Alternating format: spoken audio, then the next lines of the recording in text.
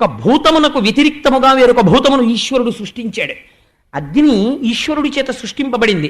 అటువంటి అగ్ని తప్తం చేసి దాహం కలిగేటట్టు చేస్తుంది. ఈశ్వరుడి చేతనే నీరు సృష్టింపబడింది. ఈశ్వరుడి చేతనే సృష్టింపబడినటువంటి నీరు తాగుతుంటే ఈ లోపల కలిగినటువంటి తాపము చల్లారిపోయి ప్రాణములు నిలబడతాయి. నీటి వల్ల ప్రాణములు నిలబెట్టగలిగిన స్థితి నీటికి మాత్రమే ఉన్నది. సంజీవనం సమస్తస్య జగత శల్యాత్మిక, నీటి రూపంలో ఉండి ఈశ్వరుడు బ్రతికిస్తున్నాడు. ఆ నీటి వంక చూడగానే మీకు ఆ కృతజ్ఞతాభావము కలిగి బ్రహ్మాండమునందు ఈశ్వరుడి చేత సృజింపబడినటువంటి జలములు ఈ ఈశ్వరుడి చేత సృష్టింపబడినటువంటి పిండాండమునందు ప్రవేశించి ఈ తాపమును చల్లార్చి దీనిని నిలబెట్టి శరీరం అద్యంకులకిది ధర్మసాధనం అంటాడు కాళిదాసు. ఈ శరీరము ధర్మబుద్ధితో ఈశ్వర కైంకర్యము చేసుకోవడానికి వీలుగా ఈశ్వరుడు నిలబెడుతున్నాడు అన్న భావనతో మీరు నీరు తాగారనుకోండి, అప్పుడు మీరు పానీయంబులు త్రాగుచు నీళ్లు తాగుతూ మీరు ఈశ్వరార్చన చెయ్యలేదు. ఇక్కడ మీరు రమిస్తున్నారా లేదా? అలా ప్రతి విషయంలో పానీయంబులు త్రాగుచున్ కుడుచుచున్ భాషించుచున్ హాస లీలా నిద్రాదులు చేయుచున్ తిరుగుచున్ లక్షించుచున్.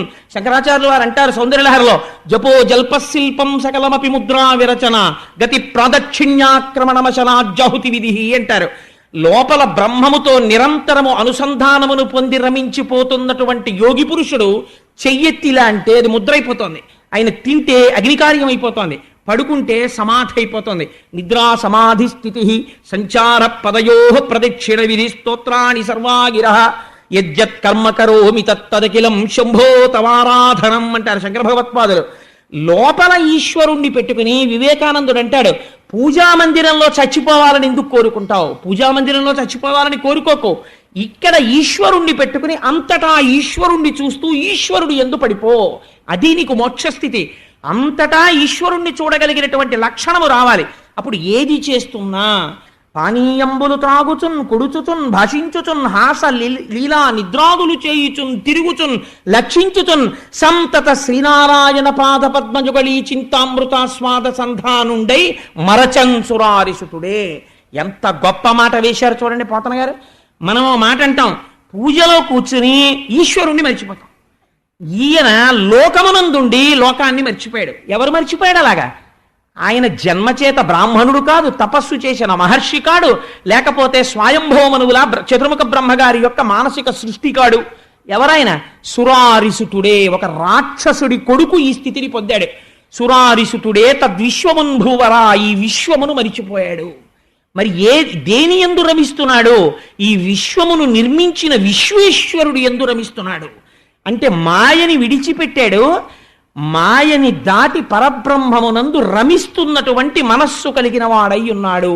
అంటే తానే పరబ్రహ్మమై నిలబడ్డాడు. బ్రహ్మవిద్ బ్రహ్మైవ భవతి, ఈనాడు తానే బ్రహ్మమై ఉన్నాడు. ఇటువంటి స్థితిని ప్రహ్లాదుడు పొంది ఉన్నాడు. అటువంటి స్థితిలో ఉన్నటువంటి వాడు ఆయనని ఇలా ఉండి ధ్యానం చేసుకుంటూ ఎప్పుడూ భగవంతుణ్ణి అనుభవిస్తూ ఆనందంతో ఉంటే హిరణ్యకశిపుడికి చూసి ఆశ్చర్యంగా ఉండేది. రామకృష్ణ పరమహంస తెల్లవారి నిద్ర లేవగానే మంచం నుంచి కాలు కింద పెడుతూనే తల నేలకేసి కొట్టుకుని ఏడుస్తూ ఉండేవారు. ఎందుకు అలా ఏడుస్తున్నావయ్యా అని అడిగాడు మేనల్లుడు. నా జీవితంలో ఇంకొక రోజు వెళ్ళిపోయింది. ప్రత్యాయాంతిగతాహ పునర్న దివసాహ కాలో జగద్భక్షక, ఈశ్వరుడు తినేశాడు కాలాన్ని. కానీ నాకు అమ్మవారి దర్శనం అవ్వలేదు, ఒక జీవితంలో ఆయుప్రమాణం అయిపోతోంది అని ఆయన ఏడ్చారు. బయటవాడికి ఎలా కనపడతారు? లోకం అంది రామకృష్ణ పరమహంసకి పిచ్చెక్కింది అంది. ఎందుకని? ఆయన యొక్క మనస్థితిని అర్థం చేసుకోలేని వాడికి అవతల వాడు పిచ్చివాళ్ళ కనపడ్డారు. అందుకని ప్రహ్లాదుని చూస్తే హిరణ్యకశిపుడు ఏమనుకుంటున్నాడు? ఏమిటో హాయిగా కనపడ్డ వాళ్ళందరినీ హింస చేయడం, బాధ పెట్టడం, వాడి దగ్గర ఎత్తుకురావడం, వీడి దగ్గర ఎత్తుకురావడం, ఇలాంటి పనులు చేయకుండా ఏమిటో జడుళ్ళ అలా కూర్చుంటాడు, ఏమిటో తనలో తాను నవ్వుకుంటూ ఉంటాడు, కళ్ళు మూసుకుని ఉంటాడు, ఏమిటో ధ్యానం చేస్తూ ఉంటాడు, ఓ చదువుకోడు, ఓ పుస్తకం పట్టుకోడు. వీడు రేపు పొద్దున్న సింహాసనానికి ఉత్తరాధికారి ఎలా అవుతాడు, ఎలా కూర్చుంటాడు, ఎలా పరిపాలన చేస్తాడు, రాక్షసుల్ని ఎలా సుఖపెడతాడు? రాక్షసుల్ని సుఖపెట్టడం అంటే ఏం చేయాలి? దేవతల్ని, బ్రాహ్మణుల్ని, యజ్ఞాల్ని, యాగాల్ని, గోవుల్ని, ధర్మాన్ని, అగ్నిహోత్రాన్ని, లోకాన్ని బాధ పెట్టాలి. ఈ బాధ పెట్టడం చేత కాని వాడు ఎలా రక్షిస్తాడు రాక్షసుల్ని అని బెంగ పెట్టుకుని శుక్రాచార్యుల వారి కొడుకులైనటువంటి చండ అమర్కులనే వాళ్ళని పిలిచాడు. పిలిచి, అయా మీ భృగు వంశం మా రాక్షస జాతికి ఎప్పటి నుంచో ఉద్ధరిస్తోంది. మా బిడ్డడైనటువంటి ప్రహ్లాదుడు జడుడిగా తిరుగుతున్నాడు. ఎలా కనబడ్డాడో చూడండి హిరణ్యకశిపుడికి. ఇంతటి భగవద్భక్తుడు జడుడిలా కనపడ్డాడు. అనవసరంగా సంఘం పెట్టుకుని చంద్రశేఖర పరమాచార్య స్వామి అంటారు, వాక్ అన్నది కేవలము ఈశ్వరుడు మనుష్యుడికి మాత్రమే ఇచ్చిన వరము, దాన్ని దుర్వినియోగం చెయ్యకు. మాట్లాడితే భగవంతుడి గురించి మాట్లాడు, అన్యమైన మాటలు మాత్రం తగ్గించు అంటారు. అలా తాను ఎక్కువ మాట్లాడకుండా ఈశ్వరుడు యందు రమించేటటువంటి ప్రహ్లాదుడు అతిగా మాట్లాడేటటువంటి హిరణ్యకశిపుడికి జడుడిలా కనబడ్డాడు. అందుకుని గురువుల్ని పిలిచి అన్నాడు, వీడికో నీతి శాస్త్రమో ధర్మశాస్త్రమో కామశాస్త్రమో బోధ చేయండి. బోధ చేస్తే వీడి ఎందు కొంచెం కదలిక వచ్చి 4 విషయాలు తెలుసుకుని వీడు 10 మందిని పీడించడం నేర్చుకుంటే నా తర్వాత సింహాసనం మీద కూర్చోవడానికి కావలసిన యోగ్యత కలుగుతుంది. అందుకని వీడికి కావలసినటువంటి నీతి బోధ చెయ్యండి. మీరు మా హృదయం ఎరిగినవారు, మా వంశమును రక్షించినవారు, ఎన్నోసార్లు మాకు విజయములను కట్టబెట్టినవారు, అందుకని మమ్మల్ని అనుగ్రహించమని ఆ ప్రహ్లాదుణ్ణి తీసుకెళ్లి చండ అమర్కులకు అప్పచెప్పారు. పోతన గారు అంటారు, రాజాంతపుర ప్రాంగణమునందే ఒక గొప్ప విద్యాభవనం ఒకటి ఉండేది ఆ రోజుల్లో. అందులో వీళ్ళని నేర్పుతుండేవారు. చిత్రం ఏమిటో తెలుసా అండి, అన్నిటికన్నా రక్షణలు ఎక్కడ ఎక్కువ ఉండేవంటే అక్కడే ఎక్కువ ఉండేవి. ఎంత ఎత్తుగోడలు ఉండేవంటే ఇవాల్టి రోజున బహుశా చాలా స్ట్రిక్ట్ హాస్టల్ అనొచ్చేమో, ఎట్టి పరిస్థితుల్లోనూ పిల్లలు బయటికి వెళ్ళడానికి వీల్లేదు. ఏమిటి భయమో తెలుసా అండి, గభాలన వీళ్ళు బయటికి వెడితే, ఏ పిక్నిక్కో వెడితే ఏ నారదుడో వచ్చి మనసు పాడి చేసేస్తే వీళ్ళందరినీ కూర్చోబెట్టుకుని, అందుకని వాడికి చాలా భయం. తర్వాతి తరంలోంచి రావాలి రాక్షస బుద్ధి, అందుకని పిల్లల మనస్సులు పాడు చేయాలి. పిల్లల మనస్సులు పాడు చేసి పిల్లల్లో హింసాతత్వాన్ని ప్రోధి చేసేటటువంటి వాళ్ళ తత్వం హిరణ్యకశిపుడి యొక్క తత్వమే. అందుకని అటువంటి పాఠశాలా ప్రాంగణాన్ని నిర్మాణం చేసి చండ అమర్కుల్ని దానికి అధికారులుగా నియోగించాడు. అక్కడికి తీసుకెళ్లి ప్రహ్లాదుణ్ణి కూర్చోబెట్టాడు. కూర్చోబెడితే ఒక చిత్రమైన పని చేస్తుండేవాడు ప్రహ్లాదుడు. గురువులు ఏం చెప్తున్నారో అవి ఏకసంతాగ్రాహి. వాళ్ళు ఇలా చెప్పగానే ఆయన మేధస్సులో పట్టుకునేవాడు. కానీ తాను మాత్రం మళ్ళీ బదులు చెప్పేవాడు కాదు, ఏమీ మాట్లాడేవాడు కాదు. అయ్యా ఎందుకండి ఈ విద్యలు మమ్మల్ని ఏమైనా ఉద్ధరిస్తాయా, ఎందుకండి ఈ కామశాస్త్రం ఎందుకు, ఈ రాజనీతి శాస్త్రం ఎందుకు, ఈ అర్థశాస్త్రం ఎందుకు, ఇవన్నీ అక్కర్లేదండి అనేవాడు కాదు. అన్నీ వినేవాడు. ఎలా వినేవాడంటే, ఎప్పగిది వారు చెప్పిన అప్పగిది వినుక అని తానన్ని నిరూపించిన విద్యలనుచు నిరసింపడు అంతరాత్మయందు కాని మదిన్ కాని అని ఎంత చిత్రమైన మాట అంటారంటే, ఎప్పగిది వారు చెప్పిన అప్పగిదిం చదువు కాని. వాళ్ళు అర్థశాస్త్రం నేర్చుకోమంటే అర్థశాస్త్రం నేర్చుకుంటాడు, వాళ్ళు దుర్మార్గమైన నీతులు చెప్తే నీతులు నేర్చుకుంటాడు తప్ప అప్పటికి వాళ్ళు చెప్పింది నేర్చుకుంటాడు. మళ్ళీ ఓసారి ఆ పద్యం అప్పచెప్పు, ఇతరులు పీక ఎలా కోసేయాలో చెప్పంటే ఆ పీక ఎలా కోసేయాలో పద్యం చెప్తాడంతే. కానీ అది మనస్సులోకి వెళ్ళిందా, వెళ్ళలేదు. అంటే ఎంత దుష్ట సాంగత్యమునందు కూడా తన యొక్క స్థితిని, తన స్వరూప స్థితిని తాను నిలబెట్టుకున్నటువంటి మహాపురుషుడు ప్రహ్లాదుడు. ఇటువంటి స్థితిలో ఒకనాడు హిరణ్యకశిపుడికి కోరిక పుట్టింది. గురువులు వెళ్ళి, మీ అబ్బాయి చాలా పాఠాలు నేర్చుకున్నాడండి, అంత పెద్ద అయిన పిల్లలకి 4 పాఠాలు వచ్చాయని చెప్పుకోవడం గురువులకి కూడా సంతోషం కదా, మీరు చెప్పిన విధిని నిర్వహించాం, అందుచేత మీ పిల్లాన్ని ఏమైనా పిలిచి మాట్లాడితే మాట్లాడండి అన్నారు. ఒకసారి పిల్లాన్ని పిలిచాడు. పిలిచినవాడు పోనీ అంతఃపురానికి పిలిస్తే గొడవ లేకపోను, సభామంటపానికి పిలిచాడు. ఎందుకని, ఓ కోరిక. తన కొడుకు తనంత వాడై తన తొడ మీద కూర్చుని అవన్నీ చెప్తుంటే సభలో ఉన్న వాళ్ళు చూసి, ఓహ్ మన రాజే అనుకున్నాం, మన రాజు తర్వాత ప్రహ్లాదుడు కూడా అంతటి వాడు రా అని పొంగిపోవాలని. అందుకు నా కొడుకుని తీసుకొచ్చి ఆయన వస్తూనే సాష్టాంగం చేశాడు తండ్రికి. ఆయుష్మాన్ భవ అన్నాడు, ఆశీర్వచనం చేశాడు. 2 చేతులు చాపి పిల్లవాడిని ఎత్తుకున్నాడు, తన తొడ మీద కూర్చోపెట్టుకున్నాడు. కూర్చోపెట్టుకుని ఒక చిత్రమైన మాట అన్నాడు. ఎంత మాట అన్నాడో చూడండి.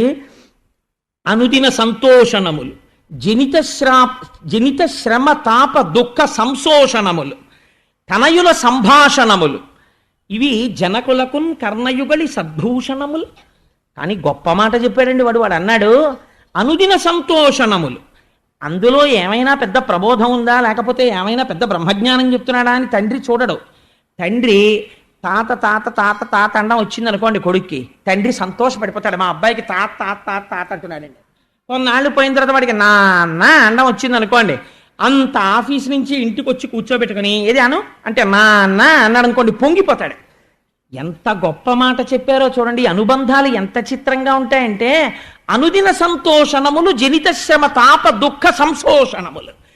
ఎంత అలిసిపోయిచ్చిన వాడికి కూడా కొడుకుని తొడ మీద కూర్చోపెట్టుకుని వాడు రెండు కొత్త మాటలు పలికితే పొంగిపోయి వాడిని ముద్దులు ఇట్టేసుకుని మా అబ్బాయికి ఎన్ని వచ్చేసాయో అంటుంటాడు. అందుకని జనకునకున్ కర్ణయుగలి సద్భూషణములు. కొడుకుల మాటలు తండ్రులకి చెవులకు పెట్టుకున్న ఆభరణాల్లా ఉంటాయి రా అబ్బాయి. అందుకని ఏది వాడికి ఋషులు చెప్పిన మాటలు వేదము ఇలాంటివి బాగా ఉండవు. రాక్షస బుద్ధితో కూడుకున్న మాటలు వాడికి చాలా తృప్తిగా ఉంటాయి. తన కొడుకు అవి నేర్చుకున్నాడని ఆయన అనుకున్నాడు. అనుకుని ఏది 4 మాటలు చెప్పు, నువ్వేం నేర్చుకున్నావో, నువ్వు ఏది నేర్చుకున్నావో ఏ పద్యమైనా పర్వాలేదు, నీవు నేర్చుకున్న దాంట్లో నీకు ఇష్టం వచ్చింది, నీకు బాగా నచ్చినది ఏది ఉందో అదొక్క పద్యం చెప్పరా అన్నాడు. అంటే ఆయన అన్నాడు తొడ మీద కూర్చుని, ఎల్ల శరీరధారులకు ఇళ్లను చీకటి నూతి లోపలంత్రెళ్ళక వీరు నేమనుమతి భ్రమణంబున ఖిన్నులై ప్రవర్తింపక. నాన్న, ఇప్పుడు హిరణ్యకశిపుడు ఉన్నటువంటి స్థితి అదే. ఎల్ల శరీరధారులకు ఇళ్లను చీకటి నూతి లోపలంత్రెళ్ళక. ప్రతి శరీరధారి కూడా జీవుడు శరీరాన్ని పొంది ఇల్లు అనబడేటటువంటి ఒక చీకటి నూతిలోకి దిగిపోయి ఇంకక్కడి నుంచి నేను మీరు అన్న భావన పుట్టి అందులోంచి అహంకారము మమకారము, నా వాళ్ళకి మేలు జరగాలి, బయటవాడు ఏమైపోయినా పర్వాలేదు, పూజ మొదలెడుతూనే అవశ్యాన్ని శరీరాన్ని అందరి డబ్బు నాకే రాని అని పూజ. అందుకని ఏమైంది, ఎల్ల శరీరధారులకు ఇళ్లను చీకటి నూతి లోపలంత్రెళ్ళక వీరు నేమను మతిభ్రమణంబున భిన్నులై ప్రవర్తిల్లక సర్వమున్నాతని దివ్య కళామయ మంచు విష్ణునందుల్లము చేర్చితారడవి నుండుట మేలు నిశాచరగ్రని. నేను నా వాళ్ళు అన్న భావన విడిచిపెట్టి జగత్తంతటా ఉన్నది పరబ్రహ్మమే అని గుర్తెరిగితే అటువంటి వాడు ఘోరారణ్యములోకి వెళ్ళి కూర్చున్నా సరే ఉద్ధరింపబడుతున్నాడు. నాన్న, ఇది తెలుసుకోకుండా నేను నాది అన్న భావన పెంచుకున్నవాడు ఎంత ఊరిగడి బొడ్డున కూర్చున్నా అటువంటి వాడి వల్ల వచ్చే ప్రయోజనం ఏమీ లేదు నాన్న. ఎందుకు వచ్చిన దిక్కుమాలిన రాజ్యం నీకు ఇది? ఏం తెలుసుకుంటున్నావు ఇంత తపస్సు చేసి? అందుకని నువ్వు మార్చుకోవలసినటువంటి పద్ధతి ఉన్నది అని తండ్రితో మాట్లాడుతున్నాడు కనుక అన్యాపదేశంగా మాట్లాడాడు. మాట్లాడితే తెల్లబోయాడు హిరణ్యకశిపుడు. ఏమిట్రా ఈ పద్యం ఏమిట్రా, నేను అడిగింది ఏమిటి, నువ్వు చెప్పింది ఏమిటి అని. పోన్లే పిల్లాడు కదా, ఇంకా ఫస్ట్ టైం కదా తెచ్చుకుని తొడ మీద కూర్చోబెట్టుకున్నాను, పాపం ఎవరైనా చెప్పారేమో అనుకుని అన్నాడు. నాన్న, నాకున్ చూడగ చోద్యమయ్యడిదిగా నా తండ్రి ఈ బుద్ధితా నీకున్ లోపలతోచనో పరులు దుర్నీతుల్ పఠింపించిరో ఏకాంతంబున భార్గవుల్ పలికిరో ఈదానవ శ్రేణికిన్ వైకుంఠుండు కృతాపరాధుడతని కీర్తింప నీకేటికి అని అడిగాడు. ఎంత చిత్రమైన మాట! ఈయన ఒక ఎక్స్ట్రీమ్, ఒక చివర ప్రహ్లాదుడు, ఒక చివర హిరణ్యకశిపుడు. అన్నీ నావంటాడు హిరణ్యకశిపుడు, అన్నీ ఈశ్వరుడు అంటాడు ప్రహ్లాదుడు. ఎంత గొప్ప సంఘర్షణ తీసుకొచ్చి చూపిస్తున్నారో చూడండి. ఆ ఎల్ల శరీరధారులకు ఇల్లని చీకటి నూతి లోపలన్నని ప్రహ్లాదుడు అంటున్నాడు. ఈయనంటున్నాడు, అయ్యయ్యో అదేమిట్రా అలా అంటావు, నాకున్ చూడగ చోద్యమయ్యడిదిగా నా తండ్రి ఈ బుద్ధితా నీకున్ లోపలతోచెనో. నాకు చాలా ఆశ్చర్యంగా ఉందిరా, నువ్వు రాక్షసుడికి జన్మించినటువంటి వాడివి, ఇలాంటి బుద్ధులు నిజంగా నీకే పుట్టాయా? లేకపోతే ఎవరైనా పిల్లలు పక్కకి తీసుకెళ్లి రహస్యంగా నీ చేత చదివిస్తున్నారా? వాడికి అనుమానం దేవతలు ఎవరైనా వచ్చి పిల్లాడి రూపంలో పాఠాలు చెప్పేస్తున్నారేమోనని. ఏకాంతంబున భార్గవుల్ పలికిరో, తన గురువు మీద తనకి నమ్మకం లేదండి, ఇంతకన్నా భ్రష్టత్వం ఉంది. ఏకాంతంబున భార్గవుల్ పలికిరో, గురువుల వంక చూసి కరువమెత్తాడు. ఈ గురువులు నిన్ను చాటుకు తీసుకెళ్లి ఏకాంతంలో ఇలాంటివి ఏమైనా నేర్పుతున్నారా? 10 మందితో కలిపి కూర్చోపెట్టి రాక్షసనీతి నేర్పి ఒక్కడిని తీసుకెళ్లి ఇలాంటి మాటలు ఏమైనా నేర్పుతున్నారా? ఏకాంతంబున భార్గవుల్ పలికిరో ఈదానవ శ్రేణికి వైకుంఠుండు కృతాపరాధుడు. మన రాక్షస జాతికంతటికి అపరాధం చేసిన వాడు శ్రీ మహావిష్ణువు. మీ బాబాయ్ అయినటువంటి హిరణ్యాక్షుణ్ణి సంహరించాడు. అటువంటి వాణ్ణి స్తోత్రం చేశావా? వైకుంఠుండు కృతాపరాధుడతని కీర్తింప నీకేటికి, ఆ విష్ణువుని కీర్తన చేస్తావేమిట్రా? అలా చెయ్యకూడదు అన్నాడు. అని నాన్న, ఇప్పుడు నీకు బాగా అర్థమైందా? నేను చెప్పిన విషయం తెలుసుకున్నావా? మనం ఏం చెయ్యాలో తెలుసా? కనపడినటువంటి ప్రాణులను హింస చెయ్యాలి, బ్రాహ్మణుల్ని బాధ పెట్టాలి, యజ్ఞయాగాది క్రతువులను నశింప చెయ్యాలి, వేదం చదువుకోకుండా చెయ్యాలి, అగ్ని కార్యాలు జరగకుండా చూడాలి, ధర్మం పాడు చెయ్యాలి, పాడు చేసి మనమే రాజులమని ప్రకటించుకోవాలి. అంతే తప్ప ఇలాంటి మాటలన్నీ చెప్తావేమిట్రా? అలా ఉండకూడదు. ఏది నీకు అర్థమైందా? నేనేం చెప్పానో నీకేమర్థమైందో ఇప్పుడు చెప్పు అన్నాడు. అంటే ఆ నాన్నగారు అర్థమైంది అని ఇప్పుడు తన తండ్రి చెప్పింది చెప్తాడనుకున్నాడు.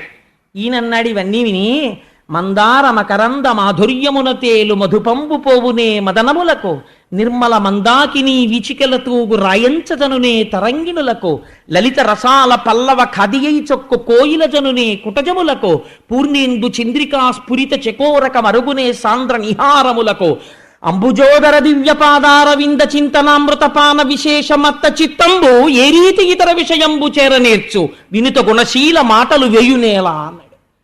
మందారమకరంద మాధుర్యమున తేలు మధుపంబు పోవునే మదనములకు. తెలుగుదేశంలో పుట్టి ఆంధ్రదేశంలో పోతనగారి యొక్క ఈ పద్యం రాని వాళ్ళు ఉండరు.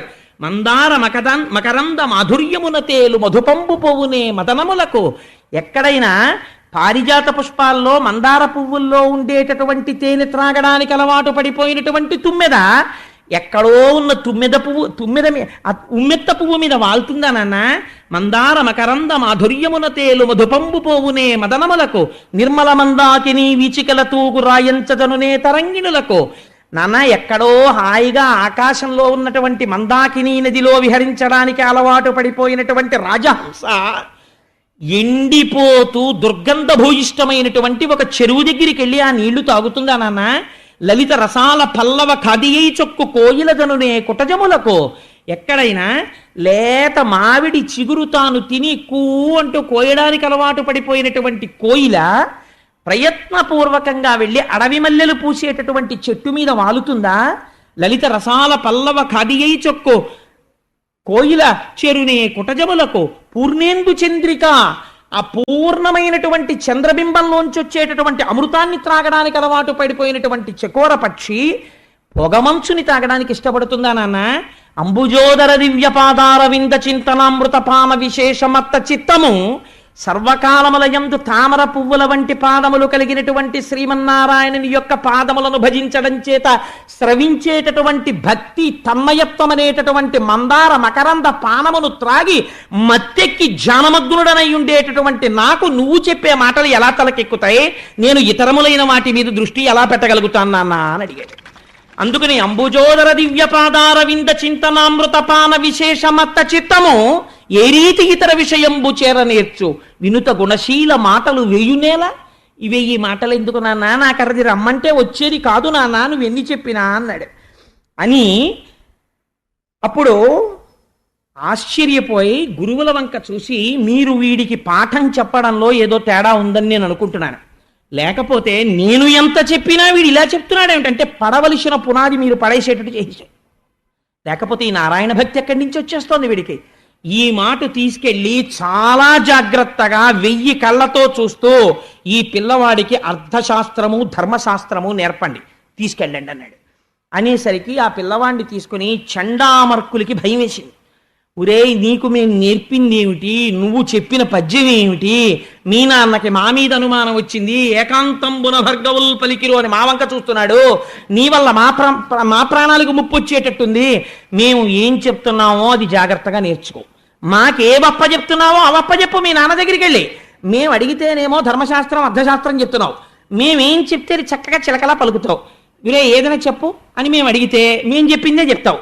మీ నాన్న దగ్గరికి వెళ్ళి ఎవరే ఏదైనా చెప్పనేటప్పటికీ శ్రీమన్నారాయణ గురించి మొదలెడుతున్నావు. మీ నాన్న ఏం చెప్పామనుకుంటున్నాడు?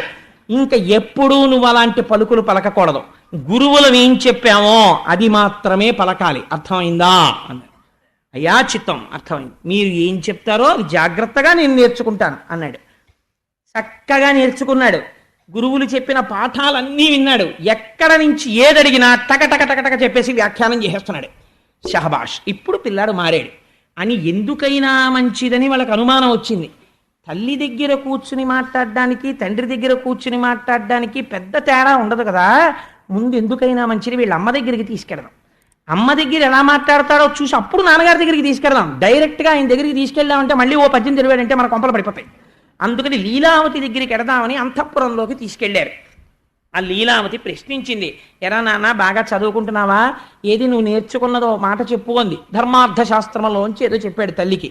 చాలా సంతోషపడిపోయింది. అయ్యా మా అబ్బాయి బాగా మారిపోయాడండి. ఇలా ఏడిచే తల్లిదండ్రులు ప్రపంచంలో ఉంటారండి, అలాంటివి నేర్చుకోవాలని కోరుకునేవాళ్ళు అంటే. గురువులు చాలా సంతోషించి హిరణ్యకశిపుడి దగ్గరికి తీసుకెళ్లారు. తీసుకెడితే చూశాడు హిరణ్యకశిపుడు. ఓహో మళ్ళీ వచ్చాడు వీడు అని. ఒరే నాన్న, నిన్ను చూసి చాలా రోజులైందిరా, నీ బుద్ధి మారిందా? గురువుల దగ్గర నేర్చుకున్నావా? గురువులు ఏం చెప్తున్నారో అది తెలుసుకుంటున్నావా? గురువులు చెప్పిందే తెలుసుకుంటున్నావా? సొంత బుద్ధితో ఏమైనా నేర్చుకుంటున్నావా అని అడిగాడు. అంటే ఈసారి ఆయన అన్నాడు, చదివించిరి నను గురువులు చదివితి ధర్మార్థ ముఖ్య శాస్త్రంబులునే చదివినవి కలవు పెక్కులు చదువులలో మర్మమెల్ల చదివితి తండ్రి అన్నాడు. ఈ మాట నేడప్పటికీ గురువులకి భయం వేసింది. ఏదో చేస్తున్నాడు రా వీడు అని. చదివించిరి నన్ను గురువులు నన్ను చదివించారు నాన్నగారు. చదివితి ధర్మార్థ ముఖ్య శాస్త్రంబులునే చదివినవి కలవు పెక్కులు. అబ్బో ధర్మశాస్త్రం అర్థశాస్త్రం నూరి పోసేశారండి గురువులు. అవేమిటి, ఇంకా నేను చాలా చదువుకున్నానన్నాడు. వీళ్ళు చెప్పలేదు. నే చదివినవి కలవు పెక్కులు చదువులలో మర్మమెల్ల చదివితి తండ్రి. చదువుల వలన తెలుసుకోవలసిన చదువేదో ఆ చదువు నేను తెలిసేసుకున్నాను అన్నాడు. కొంచెం అనుమానంగా అనిపించినా హిరణ్యకశిపుడికి చదివించిరినను గురువులు అంటున్నాడు కదా ముందు. అందుకని ఉరే నువ్వు నేర్చుకున్న దాంట్లో నువ్వు తెలుసుకున్న మొత్తం చదువులోంచి సారభూతమై పిండి వణగడితే ఇది వింటే చాలు అన్న పద్యం ఒక్కటి నాకు చెప్పరా అన్నాడు. ఆయన అన్నాడు, తను హృద్భాషల సఖ్యమున్ శ్రవణమున్ దాసత్వమున్ సేవయు వందనార్చనముల్ శ్రవణముల్ చింతనంబరెడు 9 భక్తి మార్గముల శ్రీహరిన్ సేవించి సజ్జనుడయ్యుండుట భద్రమంతు తలతున్ సత్యంబు దైత్యేశ్వర. నాన్నగారు శ్రవణం కీర్తనం విష్ణోహ స్మరణం పాదసేవనం అర్చనం వందనం దాస్యం సఖ్యం ఆత్మనివేదనం అంటాడు వ్యాసుడు. నేను తెలుసుకున్నది ఏమిటంటే తను హృద్భాషల సఖ్యమున్ శ్రవణమున్ దాసత్వమున్ వందనార్చనముల్ సేవయు ఆత్మలో నిరుకయున్ దాసత్వమున్ 9 రకాలుగా ఈశ్వరుణ్ణి మనం ఈ శరీరం ఉన్నందుకు సేవించాలి. ఒకటి, భగవంతుడి గురించి వింటూ ఉండాలి సంతోషంతో. 2, మనం కీర్తించాలి భగవంతుణ్ణి. 3, శ్రవణం కీర్తనం విష్ణోహ స్మరణం, ఆయన్ని గుర్తు తెచ్చుకుంటూ ఉండాలి. పాదసేవనం, ఆయన పాదములను సేవించాలి. అర్చనం, అథాంగ పూజ అని పాదముల దగ్గర నుంచి శిరస్సు వరకు ఇక్కడ జ్ఞాపకం పెట్టుకుని పూజ చెయ్యాలి. అందుకని అర్చనం. వందనం, ఈ శరీరమునకున్నటువంటి అవయవములన్నీ భూమి మీద పడేటట్టుగా ఆయనకి నమస్కారం చెయ్యాలి. దాస్యం, తాను చేసినటువంటి ప్రతి పని చేత ఈశ్వరుడి యొక్క వైభవము ప్రకాశింపబడుతోందన్న బుద్ధితో తాను చెయ్యాలి. సఖ్యం, తాను ఈశ్వరుడికి చాలా దగ్గర వాడనన్న భావన రావాలి. త్యాగరాజస్వామి కీర్తనల గురించి వ్యాఖ్యానం చేస్తూ నేను ఈ మాట చెప్పాను.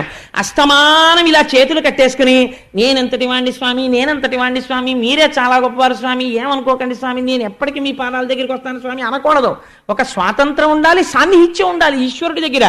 స్వామి నువ్వు తప్ప నాకెవరండి దిక్కో అని మీరు అడగగలగాలి నిలదీసి. అంతటి సఖ్యత పెంచుకోగలగాలి. సఖ్యం ఆత్మనివేదనం, చిట్ట చివర ఉన్నది ఈశ్వరుడొక్కడే అన్న భావన పెంపొందించుకోగలగాలి. నిర్భయత్వాన్ని పొందగలగాలి. అందుకని నాన్న ఈ 9 రకాలైనటువంటి భక్తితో స్వామిని సేవించి సజ్జనుడై అలా నిలబడిపోవడం భద్రమంతు తలతు నిక్కంబు సర్వే దైత్యేశ్వర, అదే చాలా భద్రమైన విధానము అని లోపల నేను నమ్ముతున్నాను నాన్న. ఇదే నేను చదువుకున్న చదువుల యొక్క మొత్తము సారాంశము అంటే. ఆయన అన్నాడు, హిరణ్యకశిపుడు చూసి తెల్లబోయే, ఉరే ఇది గురువులు చెప్పలేదు, ఇది నేను చెప్పలేదు, నీ బుద్ధికి తోచింది, నీకెక్కడి నుంచి వస్తోంది ఇలాంటి ఆలోచన? మేమందరం, నువ్వు పుట్టింది రాక్షస జాతిలో అంటే మేమందరం తప్పు చేస్తున్నామా? మేము ఇంతమందిని ఎలా ఆలోచిస్తున్నామో, ఇంతమందిని ఏం చేస్తున్నామో అది నువ్వు ఎందుకు చేయడం లేదు? కంటికి కనపడనటువంటి శ్రీమన్నారాయణుడి మీద నీకు భక్తి ఎక్కడి నుంచి వచ్చిందని అడిగాడు.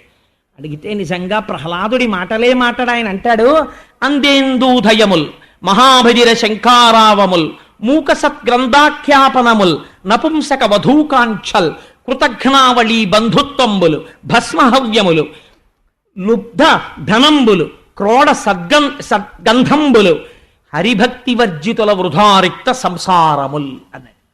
నాన్న నువ్వు అన్నావే మేమందరికీ రాని ఆలోచన నీకొక్కడికే ఎందుకు వస్తోంది అని అడిగావు కదా, నీకొక్క మాట చెప్పనా? ఆయనని విడిచిపెట్టి మిగిలినవి నువ్వు ఎన్ని చేసినా అవన్నీ ఎటువంటి పనిలో నేను చెప్తాను, గుర్తుపెట్టుకో. అంధేందూదయముల్, పుట్టుగుడ్డివాణ్ణి తీసుకెళ్ళి పున్నమి చంద్రుడి దగ్గర నించోబెట్టి చూడరా పున్నమి చంద్రుడు ఎంత అందంగా ఉన్నాడో అంటే ఎంత అసహ్యమో, ఈశ్వరుణ్ణి విడిచిపెట్టి సంసారం అంత బాగుందనుకోవడం అంత అటువంటి విషయం. అందేందూధయముల్ మహాభజిర శంఖారావముల్, పుట్టుకతో చెవిటివాడు. వాడి చెవి దగ్గరికి వెళ్ళి శంఖం ఊది బాగుందా శంఖనాదం అని అడిగారు అనుకోండి, ఎలా ఉంటుందో అలా ఉంటుంది. మూక సద్గ్రంథాఖ్యాపనముల్, ఆయన మహాప్రాజ్ఞుడై ఉండొచ్చు, చదువుకున్నవాడు, కానీ పాపం ఈశ్వరానుగ్రహం లేదు, మూగివాడిగా పుట్టాడు. మీరు చాలా చదువుకున్నారు కదండి, మీరు ప్రవచనం చేయండి అని ఒక మూగివాడిని కూర్చోపెడితే ఆయన ప్రవచనం ఏం చెయ్యగలడో అలా ఉంటుంది. మూక సద్గ్రంథాఖ్యాపనముల్ నపుంసక వధూకాంక్షల్, నపుంసకుడైనటువంటి వాడికి స్త్రీ మీద కలిగిన కోరిక ఎలా ఉంటుందో అలా ఉంటుంది. నపుంసక వధూకాంక్షల్ క్రోడ సద్గంధంబుల్, పందికి తీసుకెళ్లి పన్నీరు రాస్తే ఎలా ఉంటుందో అలా ఉంటుంది. అది వెంటనే మురుగుడు కాలంలోకి దూకేస్తుంది మళ్ళీని. భస్మ హవ్యంబులు, పూర్ణాహుతి అంతా అయిపోయి 3 రోజులు అయిపోయిన తర్వాత యజ్ఞగుండంలో బూడిదుంటే అందులోకి పట్టుకెళ్ళి హవిస్సు వేస్తే ఎలా ఉంటుందో అలా ఉంటుంది. భస్మ హవ్యంబులు లుబ్ధ ద్రవ్యంబులు, ఆయన దగ్గర చాలా ఐశ్వర్యం ఉంది, కానీ తన జ్వరాన్ని కూడా ఎవరికి అప్పివ్వడు. నా జ్వరం నేనే అనుభవిస్తాను, నీకెందుకు ఇవ్వాలంటాడు. అటువంటి లుబ్ధుడు, అటువంటి వాడి దగ్గర ధనం నీకు ఎంత అక్కడికి వస్తుందో అటువంటిది. అన్నిటికన్నా చాలా గొప్పది ఏమిటో తెలుసానయ్య నాన్న, కృతఘ్నావళి బంధుత్వంబులు. వాడు కృతఘ్నుడు, చేసిన మేలు మరిచిపోతాడు. బ్రహ్మజ్ఞేచ సురాపేచ చోరే భగ్నవ్రతే తథా నిష్కృతిర్విహితా సిద్భి కృతఘ్నో నాస్తి నిష్కృతి అంటాడు కిష్కింధకాండలో లక్ష్మణుడు. అందుచేత కృతఘ్నుడు చేసిన ఉపకారాన్ని మరిచిపోయి ప్రవర్తించేవాడు. అటువంటి కృతఘ్నుడితో బంధుత్వం ఉంది. వాడు ఏం ఉపకారం చేస్తాడు నీకు? కృతఘ్నావళి బంధుత్వంబులు. ఇవన్నీ ఎలా ఉంటాయో, ఒక్క భగవంతుణ్ణి విడిచిపెట్టి మిగిలినవన్నీ పట్టుకోవడం అలా ఉంటుంది. నాన్న మీరు ఎన్ని పట్టుకుంటే నాకెందుకు, నేను పట్టుకోవలసింది పట్టుకున్నాను, కాబట్టి నువ్వు ఏ చిట్టాలో ఉన్నావో చూసుకో నాన్న అన్నాడు. అంటే ఆశ్చర్యపోయాడు కొడుకు వంక చూసి. ఆపలేదు అక్కడితోటి. కమలాక్షు నర్చించు కరములు కరములు శ్రీనాథు వర్ణించు జింహ జింహ సురరక్షకుని చూచు చుట్కులు చుట్కులు శేషసాయికి మ్రొక్కు శిరము శిరము విష్ణునాకర్ణించు వీనులు వీనులు మధువైరిద విలిన మనము మనము భగవంతు వలగొను పదములు పదములు పురుషోత్తముని మీది బుద్ధి బుద్ధి దేవదేవుని చింతించు దినము దినము చక్రహస్తుని ప్రకటించు చదువు చదువు కుంభినీదవు చెప్పెడి గురుడు గురుడు తండ్రి హరిజేరుమని ఎడి తండ్రి తండ్రి. వాత పెట్టాడు చివర. నాన్న కమలాక్షు నర్చించు కర్రములు కర్రములు, కమలముల వంటి కన్నులున్న శ్రీమన్నారాయణుణ్ణి అర్చించిన చేతులేవో వాటికి చేతులని పేరు. కర్రములు కర్రములు శ్రీనాథు వర్ణించు జింహ జింహ, ఆ శ్రీ మహావిష్ణువు గురించి పరవశించిపోయి దవడలు నిప్పెట్టేటట్టుగా స్తోత్రం చెయ్యాలి. అందుకే అంటారు పోతన గారు భాగవతాన్ని ప్రారంభం చేస్తూనే చేతుల ఆరంగ శివ పూజ చేయడేని నోరు నవ్వంగ హరి కీర్తి నుడువడేని దయయు సత్యంబులోనుగా తలపడేని కలుగ నేటికి తల్లుల కడుపు చేటు అంటారు. శివకేశవ భేదం చూడమని చెప్పలేదు. అర్చన చేసేటప్పుడు ఒక మెట్టు పైన నిలబడి లింగాభిషేకం చేయమన్నారు. స్తోత్రం చేసేటప్పుడు నోరు నెప్పెట్టేటట్టు శ్రీ మహావిష్ణువుని స్తోత్రం చేయమన్నారు. రెండూ ఒక్కటే అన్న భావనతో తరించి పొమ్మని చెప్పింది శాస్త్రం. అందుచేత నాన్న ఆ శేషసాయికి మొక్కని శిరము శిరమా నాన్న, ఆ మహానుభావుడి గురించి కీర్తనము చెయ్యనటువంటి నోరు నోరా, ఆయనకి ప్రదక్షిణం చెయ్యని కాళ్ళు కాళ్ళ, ఆయనని లోపల ధ్యానం చెయ్యని మనస్సు మనస్సా, ఆయన గురించి చెప్పని గురువు గురువా, ఆయన్ని చేరుకోరా అని చెప్పలేని తండ్రి తండ్రి నాన్న అన్నాడు. అంటే ఇప్పుడు ఏమనుకోవాలి హిరణ్యకశిపుడు అని అన్నాడు. నాన్న నీకు ఇంకొక మాట చెప్తాను. కంజాక్షునకు కాని కాయంబు కాయమే పవన గుంభిత చర్మ భస్త్రికాక వైకుంఠు పొగడని వక్త్రంబు వక్త్రమే ఢమఢమధ్వనితోడి ఢక్కగాగా కమలేషు చూడని కన్నులు కన్నులే తను కుజ్జజాల రంధ్రములు కాక చక్రి చింతలేని జన్మంబు జన్మమే తరల సలిలనుద్భుతంబుగాక విష్ణుభక్తి లేని విభుదుండు విభుదుడే పాదయుగముతోడి పశువుగాక అన్నాడు. కంజాక్షునకు కాని కాయంబు కాయమే పవన గుంభిత చర్మ భస్త్రికాక. ఈశ్వరుడు ఎంతటి మహోదారుడంటే మహానుభావుడు. అందుకే విశ్వకర్మ మనుస్పష్టాస్తవిష్టస్తవిరోత్రువ. ఆయన నిర్మించిన ఈ శరీరం ఎంత గొప్పది, ఆయన ఆజ్ఞ ఎంత గొప్పది. 2 ముక్కులు 2 కళ్ళు 2 చెవులు 6 నోరు 7 మలద్వారం 8 మూత్రద్వారము 9 అనేటటువంటి 9 రంధ్రములు కలిగినటువంటి ఒక తోలు తిత్తి ఎందు ప్రాణ అపాన వ్యాన ఉదాన సమాన నాగ కూర్మ కృకర ధనంజయ దేవదత్తములనేటటువంటి 10 వాయువులు ఆయన శాసనం అయ్యేంత వరకు బయటికి వెళ్ళడానికి వీల్లేదు. అలా నిక్షేపించి నడిపిస్తున్నటువంటి పరమాత్మని తలుచుకోనటువంటి వాడు కంజాక్షునకు గాని కాయంబు కాయమే పవన గుంభిత చర్మ భస్త్రికాక. ఆ కంజాక్షుణ్ణి సేవించడానికి సిద్ధపడనటువంటి శరీరం, అది శరీరం, ఆ తోలు తిత్తి. ఆయనకి సేవ చెయ్యడానికి ఇలా ముందుకు రాని చెయ్య, అది తలుపుకున్న గడియ. ఆయనని స్తోత్రం చెయ్యని నోరా, అది ఢమఢమ శబ్దంతో కూడుకున్న ఢక్క. ఆయనకి ప్రదక్షిణం చెయ్యడానికి ఇష్టపడనటువంటి కాళ్ళ, అవి పశువు యొక్క కాళ్ళు. ఆయనని తలుచుకొని రోజా విస్మృతి చేత మరణము, పీనుగుగా తిరిగాడు. అందుచేత నాన్న, చెయ్యవలసినది ఏమైనా ఉంటే ఒక్క ఆయన కైంకర్యము చెయ్యడానికే మనిషి బ్రతకాలి, అటువంటి బుద్ధితో ఉండాలి నాన్న అన్నాడు. అంటే ఇప్పుడు కోపం ఎవరి మీదకి తిరిగిందో తెలుసా అండి? ఆపట్లేదు, పద్యం వెనకాల పద్యం చెప్పేస్తున్నాడు. మేమేం చెప్పలేదు మహాప్రభో అన్నట్టుగా ముందు హడిలిపోయి చూస్తున్న వాళ్ళు చండామర్కులు చూస్తున్నారు. ఈ పిల్లాడు చెప్తున్న పద్యాలు చూసి గురువుల వంక చూశాడు. వజ్జలు నేర్పని మది మజ్జాతుడవైన నీకు మరి యవ్వనిచే నుజ్జాలమయ్య బాలక తజ్జనులం పేరు కొనుము తగనామ్రోలన్. ఎంత అహంకారమో చూడండి. వజ్జలు నేర్పని మది, గురువులు చెప్పలేదు అని వాళ్ళ సంజ్ఞలు చెప్పేస్తున్నాయి. వాళ్ళు హడిలిపోయి చూస్తున్నారు, వీడికి ఎక్కడొచ్చాయి ఈ పద్యాలని. వజ్జలు నేర్పని మది మజ్జాతుడవైన నీకు మరి ఎవ్వరిచే నుజ్జాలమయ్య బాలక.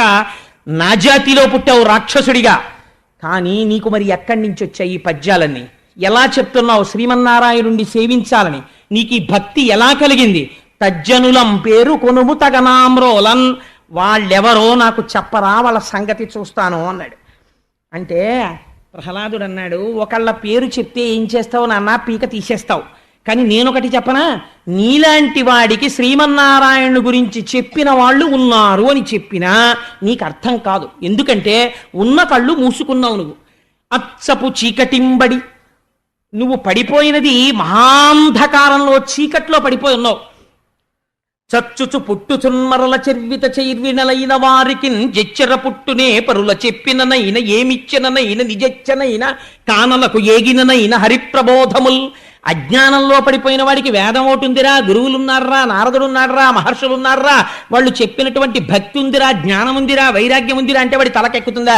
నాకెందుకండి నాన్నగారు ఇవన్నీ అంటాడు, నాకెందుకండి ఇవన్నీ అంటాడు. ఎందుకని? వాడు కళ్ళు మూసుకున్నాడు బలవంతంగా.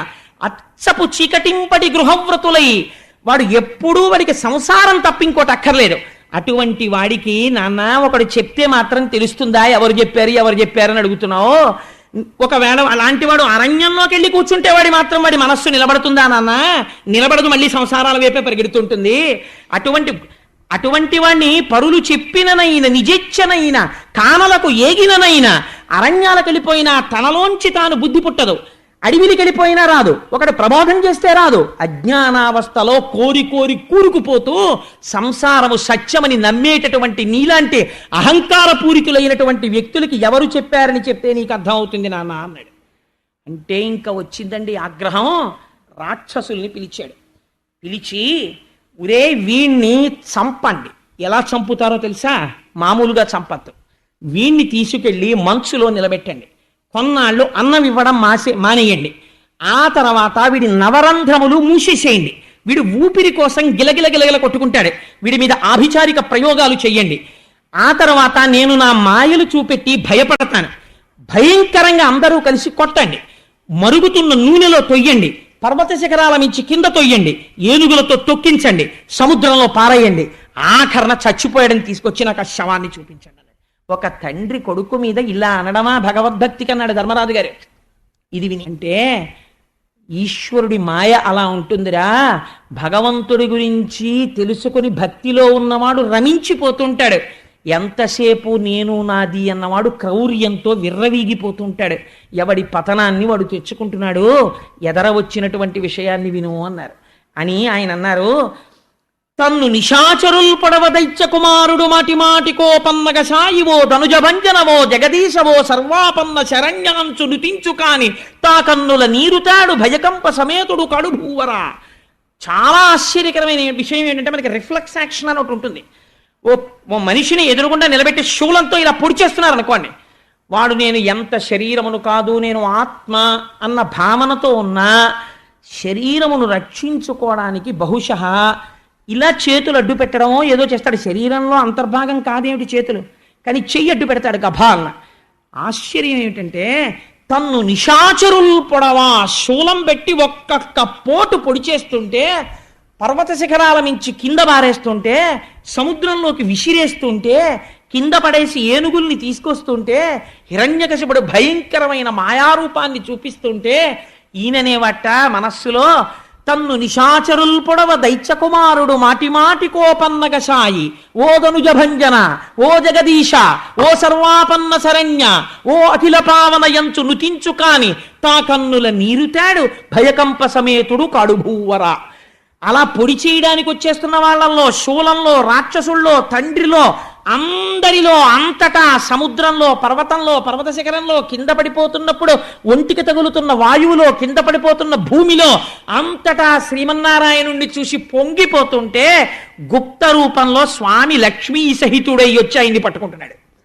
ఇంతమంది కలిసి కుమ్మితే ఒళ్ళు నిప్పెట్టదు, చెమట పట్టదు, ఎముకలు విరగవు, ఏమీ జరగవు. ఈశ్వరుణ్ణి నమ్ముకున్న వాడికి లోటు ఎక్కడి నుంచి ఉంటుందండి? అందుకని ఇన్ని జరుగుతుంటే చాలా ఆశ్చర్యకరమైనటువంటి సందర్భం జరిగింది.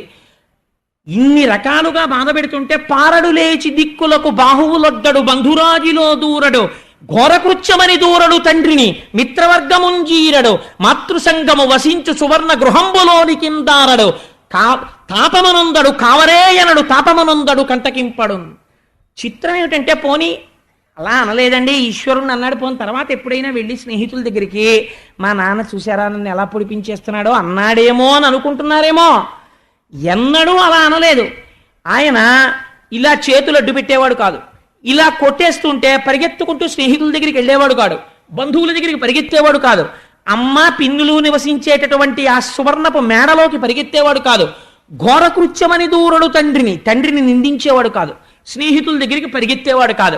ఎక్కడున్నవాడు అక్కడే నిలబడి నారాయణ నామజపం చేసేస్తుంటే అంతకంతకి తేజోవిరాజితుడైపోతున్నాడు. ఒక్కొక్క వార్త వస్తోంది, అయా ఏనుగులతో తొక్కించేశాం, కానీ ఏమి చిత్రమో చెమట పట్టలేదు, ఇంకా ఆశ్చర్యం చెప్పమా భూమిలో పాతేశాం. మీరు భాగవతం చదవండి. ప్రకృతికి అతీతమైనటువంటి స్థితిని పొందాడండి. ఈశ్వరుడి యొక్క రక్షణ పొందిన వాడికి రక్షణము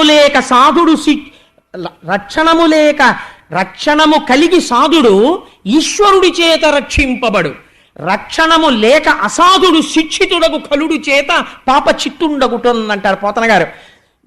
ఈశ్వరుణ్ణి మాత్రమే నమ్ముకుని పూర్వజన్మలలో ఆయన పాదములు పట్టుకున్నవారు ఎంత చిత్రంగా బతికేస్తారంటే మన ఊహకందదు. నేను నిడదవోలు షటిల్ చేసే రోజుల్లో తరచు చెప్తుంటాను, ఒక తల్లికి ల్యాబొరేటరీలో ట్రైన్లో ప్రసవం అయిపోయింది. ప్రసవం అయిపోతే ఆ తర్వాత వాళ్ళు వెళ్ళి ఎంతకీ రావట్లేదేమిటి ఈవిడని తలుపులు కొట్టారు. నిడదవోల్లో రైలు ఆగిపోయిన తర్వాత ఆ రోజుల్లో నాతో షటిల్ చేసిన వాళ్ళందరూ కూడా ప్లాట్ఫామ్ మీద నిలబడిపోతే ఈవిడ్ని బయటికి తీసుకొస్తే ట్రైన్ ఆపేశారు. ఆవిడ ఏం చెప్పిందంటే ప్రసవం అయిపోయింది, ఆ పిల్ల ఆ ల్యాబొరేటరీ తాలూకా హోల్లోంచి 2 పట్టాల మధ్యలో రాళ్ల మీద పడిపోతే ట్రైన్ వెళ్ళిపోయింది. తల్లి కదా ఎంతైనా వదిలేలేరు కదా, ఆ పిల్లవాడిని ఎక్కడ పడిపోయాడో చూద్దామని పరిగెడితే పాపం అక్కడ ట్రాలీ ఉంటే ట్రాలీ మీద తీసుకెళ్లారు. వాళ్ళని తీసుకెళ్తే అంత దూరం వెళ్ళేటప్పటికి కొంతమంది హాకర్స్ ఉంటారు, వాళ్ళకి పర్మిషన్ ఉండదు, ట్రైన్లో అమ్మకూడదు. వాళ్ళు స్టేషన్కి బాగా అవుటర్లోనే రన్నింగ్ ట్రైన్లోంచి దిగిపోతుంటారు.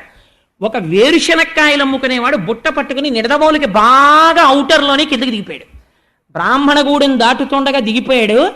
4 అడుగులు వేసేటప్పటికి కాకులు అరుస్తున్నాయి. ఏమిటి సడన్ గా కాకులు అరుస్తున్నాయి, పావుందేమో అనుకుంటూ చూస్తున్నాడు. క్యార్ అని ఏడుస్తూ చంటి పిల్ల ఉంది. ఆ పిల్లకేం తెలుసు, రైలు వెళ్ళిపోయింది, ఇంతే పిల్ల తగలలేదేమి, రైలు వెళ్ళిపోయింది. ఆ పిల్లని తీసి వేరుశనక్కాయల బుట్టలో పెట్టుకుని నిడదవోలు స్టేషన్కి ఎదురొచ్చాడు వాడు. ఈ పిల్లని తీసుకొచ్చి తల్లికి అప్పచెప్తే నిజంగా ఆ రోజున మీరు నమ్మండి నమ్మకపోండి, మా జీవితంలో ఏదో అవుట్ ఆఫ్ టర్న్ ప్రమోషన్ వచ్చేసి మమ్మల్ని ఎస్ఆర్ఎం పోస్ట్లో వేసేస్తే ఎంత ఆనందపడిపోతామో అంత ఆనందపడిపోయాం. ఎందువల్ల అంటే ఆ బిడ్డ ఏమిటి, ఎక్కడో పడిపోవడం ఏమిటి, తల్లికి దక్కడం ఏమిటి, ఏం ఆశ్చర్యం నిజంగా. ఇప్పుడు చెప్పండి, ఈశ్వరుని యొక్క అనుగ్రహం ఉన్నవాడు ఎందుకు రక్షింపబడడు? మీకు చెప్పి రక్షించాలా? ఇలా ఉంటుందంటే మోడసాపరండి, ఇలా ఉండి రక్షిస్తానని మీకు చెప్పాలా? మీకు కావలసింది రక్షణ అంతే. ఆయన తలుచుకున్న నాడు పంచభూతములు ఆయన ఎందుకు రక్షించలేడు? రక్షించగలడు. అందుచేత ప్రహ్లాదుణ్ణి ఆయన రక్షించుకున్నాడు తనవాడైన కారణం చేత, తన యందు భక్తి కలిగిన వాడైన కారణం చేత. అయితే ఆశ్చర్యకరమైన విషయం ఏమిటో తెలుసా అండి? ఏడుస్తున్నవాడు ఒకడున్నాడు. తల పట్టుకుని నిద్ర లేకుండా రాత్రింబవళ్ళు దీనవదనంతో కూర్చునున్నట్ట. ధర్మరాజు గారైతే ఈ ఘట్టం విని తెల్లబోయాడండి. పోతన గారు అంటారు, ముంచితి వార్తులంగడల మొత్తితి శైల తటంబులందు ద్రొబ్బించితి, శత్రరాజి పొడిపించితి మీద నిభేంద్ర పంక్తి రొప్పించితి, ధిక్కరించితి శపించితి ఘోర దవగ్నులందు త్రోయించితి, పెక్కుపట్లు నలయించితి చావడిదేమి చిత్రము. వాడు ఎందుకు బెంగెట్టుకున్నాడంటే, మాట్లాడరా అంటే నారాయణ అంటాడు. పోని చంపే అవతల పారేద్దామంటే చంపడానికి ఎన్నున్నాయో అన్నింటితోటి ప్రయోగించాడు, చచ్చిపోడు. పోని చచ్చిపోడు నీరసపడతాడా అంటే నేను ఎన్ని రకాలుగా ప్రయత్నిస్తే అంత తేజాన్ని పొందుతున్నాడు. వీడు మందేసుకున్నాడా ఏమైనా అంటే, ఏమైనా ఉపాసన చేశాడా అంటే వీడు నా వాళ్ళ ఖైదులో ఉన్నాడు. అసలు వీడు చచ్చిపోతాడా అని బెంగెట్టుకున్నాడు తండ్రి. ఎంత చిత్రమో చూడండి. ఇప్పుడు మళ్ళీ గురువులు చూశారు, అయ్యయ్యో అంత బెంగెట్టుకోకయ్యా, ఎలా చచ్చిపోతాడా కొడుకని, సావుతో సమానమైన మందు ఒకటి మా దగ్గర ఉంది, అది వేసేస్తాను తీసుకెళ్ళి. అప్పుడు వీడు చచ్చిపోయిన వాడితో సమానం అయిపోతాడు. ఏమిటో తెలుసా?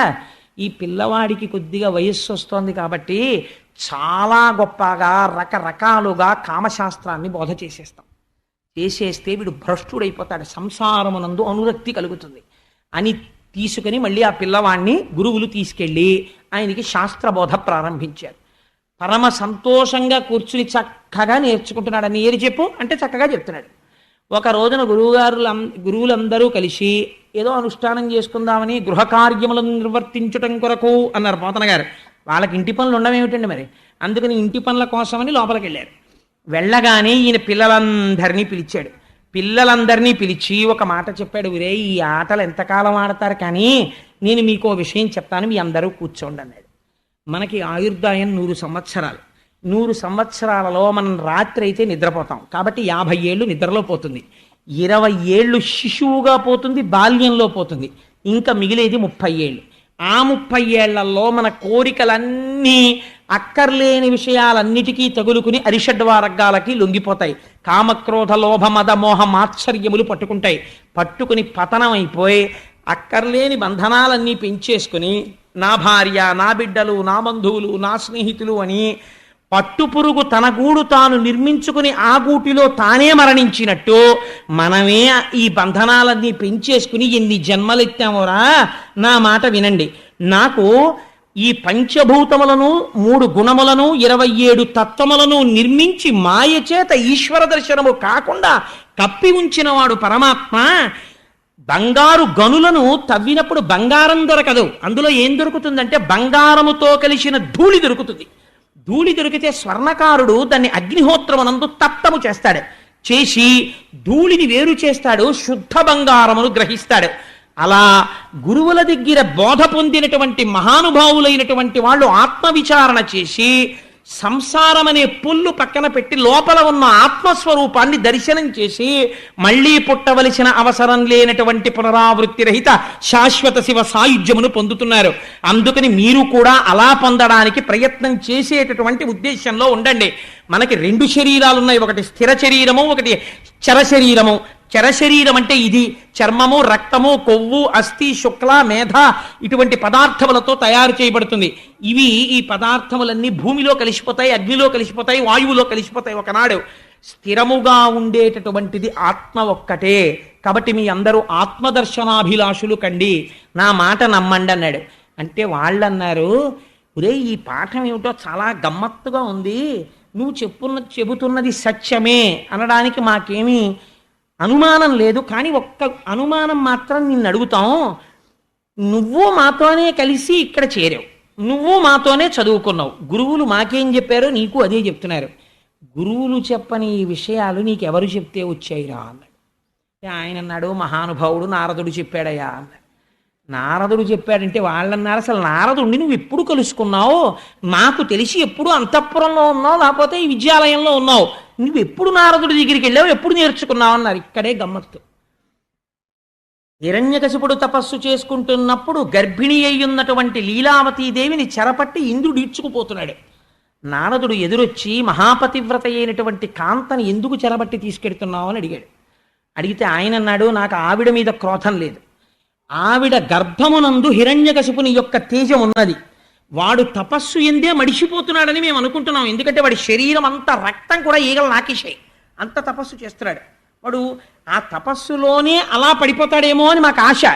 ఈలోగా వీడు కూడా పెద్దవాడైతే అందుకని ఆ బిడ్డడు పుట్టగానే సంహారం చేసి వీడిని విడిచిపెడతానన్నాడు. అంటే నారదుడు అన్నాడు, నీకేం తెలుసయ్యా, ఆవిడ గర్భంలో ఉన్నటువంటి వాడు మహావిష్ణు భక్తుడైనటువంటి వాడు ఉన్నాడు. వాడు జన్మ చేత భక్తి జ్ఞాన వైరాగ్యములతో పుడుతున్నాడు. అటువంటి మహాపురుషుడి యొక్క కథ వింటే తరించిపోతాం. అటువంటి వాణ్ణి నేను తరింప చెయ్యాలి. అందుకని లీలావతిని నా ఆశ్రమానికి తీసుకెడతానని తీసుకుని వెళ్ళి అక్కడ ప్రబోధం చేశాడు. వేదాంత తత్వాన్నంతటినీ చెప్పాడు. చెబుతున్నప్పుడు లీలావతి వింటుండేది. చిత్రం ఏమిటంటే విన్నటువంటి లీలావతి మరిచిపోయింది. కడుపులో ఉన్నటువంటి పిల్లవాడికి జ్ఞాపకం ఉండిపోయింది. ఎందుకు జ్ఞాపకం ఉండిపోయిందంటే నా గొప్పని చెప్పలేదు ప్రహ్లాదుడు. వెల్లిగొన నాటి నుండి ఉల్లసితంబైన దైవ యోగంబున శోభిల్లుడు మునిమతమంతయు ఉల్లంబున మరపు పుట్టదొకనాడైనన్. మా అమ్మ మళ్ళీ వచ్చి హిరణ్యకశిపుడితో సంసారంలో పడిపోయి భోగభాగ్యాల్లో నారదుడు చెప్పినటువంటి బోధ మరిచిపోయింది. కారణం గురువుల యొక్క అనుగ్రహం మా అమ్మయందు లేదు. గురువుల అనుగ్రహం దైవం అనుగ్రహం నాయందుంది. అమ్మ కడుపులో విన్న నాకు నిలబడిపోయిందయ్యా. గురువు అనుగ్రహం దైవానుగ్రహం జ్ఞానం నిలబడడానికి ఎంత అవసరమో చూశారా అన్నాడు. వీళ్ళందరూ లేచి భజన మొదలెట్టారు, నారాయణ భజన. లోపల నుంచి గురువులు బయటికి వచ్చారు. ఈ పిల్లాండి పట్టుకుని జర ఈడుస్తూ హిరణ్యకశిపుడి దగ్గరికి తీసుకెళ్లారు. అయ్యా, తులసివనంలో గంజాయి పుట్టినట్టు రాక్షస వంశంలో నీ కొడుకు పుట్టాడు. వీడికి మేము పాఠం చెప్పడం దేవుడెరుగు. వీడు రాక్షసులందరినీ పాడి చేశాడు. అందరినీ నారాయణ భక్తుల్ని చేసేస్తున్నాడు. అందరికీ తత్వబోధ మొదలెట్టాడు. అయ్యా, ఏం చేసుకుంటావో చేసుకో అన్నారు. అనేసరికి ఆయన యొక్క కళ్ళల్లోంచి అగ్నిహోత్రం కురిసింది. కురిసి, ఉరే ఎవరి దిక్కు చూసుకుని ఎవరి బలం చూసుకుని నీవు ఇలా ప్రవర్తిస్తున్నావు అన్నాడు. బలయుతులకు దుర్బలులకు బలమెవ్వడు, నాకు నీకు బ్రహ్మాదులకు బలమెవ్వడు, ప్రాణులకును బలమెవ్వండట్టి విభుడు బలమ సురేంద్ర అన్నాడు ప్రహ్లాదుడు. నాన్న, బలమెవ్వరు, నీకు దిక్కెవరని అడుగుతావు ఏమిటి? నీలో బలానికి కారణం ఎవరో వాడే నాలో బలానికి కారణం. బలహీనుడైన వాడిలో ఉన్న కొంచెం బలానికి కారణం ఎవరో, లోకాల్ని సంపాదించినటువంటి మహాబలవంతుల బలానికి కారణం ఎవడో వాడు నాకు దిక్కు నాన్న అన్నాడు. ఏమిరా నీకు దిక్కంటున్నావు కదా, వాడు ఎక్కడున్నాడో చెప్పగలవా అన్నాడు. ఎక్కడున్నావో చెప్పగలవా అని అడుగుతామేంటి నాన్న? ఇదో వెర్రి ప్రశ్న. ఎంత జ్ఞానంతో మాట్లాడాడో చూడండి. ఇందుగలడందులేడని సందేహము వలదు చక్రి సర్వోపగతుండు, ఎందెందు వెదకి చూచిన అందందే కలడు దానవగ్రని వింటే. వెదకి చూచిన జ్ఞాననేత్రంతో చూస్తే దారువు కనబడదు, దంతి కనబడదు, దారువు కనబడుతుంది నాన్న. ఆభరణం కనబడదు, స్వర్ణం కనబడుతుంది, పాత్ర కనబడదు, మట్టి కనబడుతుంది. జ్ఞాననేత్రంతో చూడు, ఉన్నది నారాయణుడు ఒక్కడే ఉన్నాడు, అంతటా స్వామి ఉన్నాడు, నువ్వు చూడడానికి ప్రయత్నం చేయి అన్నాడు. అని చిత్రం ఏమిటో తెలుసా అండి? ఒక పక్క తండ్రి ఆగ్రహంతో ఉంటే అంతటా నారాయణుడు ఉన్నాడని చెప్పడానికి ఆనంద పారవస్యం వచ్చేసి, ఇది భక్తి జ్ఞానముల యొక్క కూడిక. పొంగిపోతూ నాట్యం చేసేట ప్రహ్లాదుడు. మీరు కావాలంటే భాగవతం చదవండి. నాట్యం చేసేస్తూ కలడంబోది కలండు గాలి కలడు ఆకాశంబునన్ కుంభినన్ కలడు అగ్నిన్ దిశలం పగళ్ళ నిశలన్ ఖజ్జోత చంద్రత్మలం కలడు ఓంకారమునం త్రిమూర్తుల త్రిలింగ వ్యక్తులం దంతట కలండీశుండు కలండు తండ్రి వెతకంగానేల ఇయాయడం. నాన్న, ఎక్కడ లేడని అడుగు నాన్న. ఈశ్వరుడు లేని ప్రదేశం రాత్రులందు పగలందు ఆకాశమునందు పైన మధ్యలో సర్వభూతములయందు అగ్నియందు ఓంకారమునందు సమస్తమునంతటా నిండి నిబిడీకృతం అయ్యాడు నాన్న.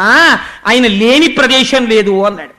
అనేసరికి ఈయనకి ఎంత ఆగ్రహం వచ్చిందంటే, ఇప్పుడు ఏదో ఒక చోటు చూపిస్తాడు. చూపుడు వేలు తిరుగుతోంది, ఇక్కడ ఉన్నాడా అంటాడు. అంతటా ఉన్నవాడు ఎప్పుడూ ఉన్నాడు, కానీ ఇక్కడ ఉన్నాడా అనేటప్పటికీ ఇప్పుడు ఒక మాట నిజం చెయ్యాలి. తన భక్తుడి మాట నిజం చెయ్యాలి. బయటికి వచ్చిన మరుక్షణం అవతార ప్రయోజనం నెరవేరిపోవాలి, హిరణ్యకశిపుడు నశించాలి. ఇప్పుడు ఎవరు జాగ్రత్త పడ్డారట? చెప్పినవాడు నాట్యం చేస్తున్నాడు. భక్తుడి స్థితి ఇలా ఉంటుంది.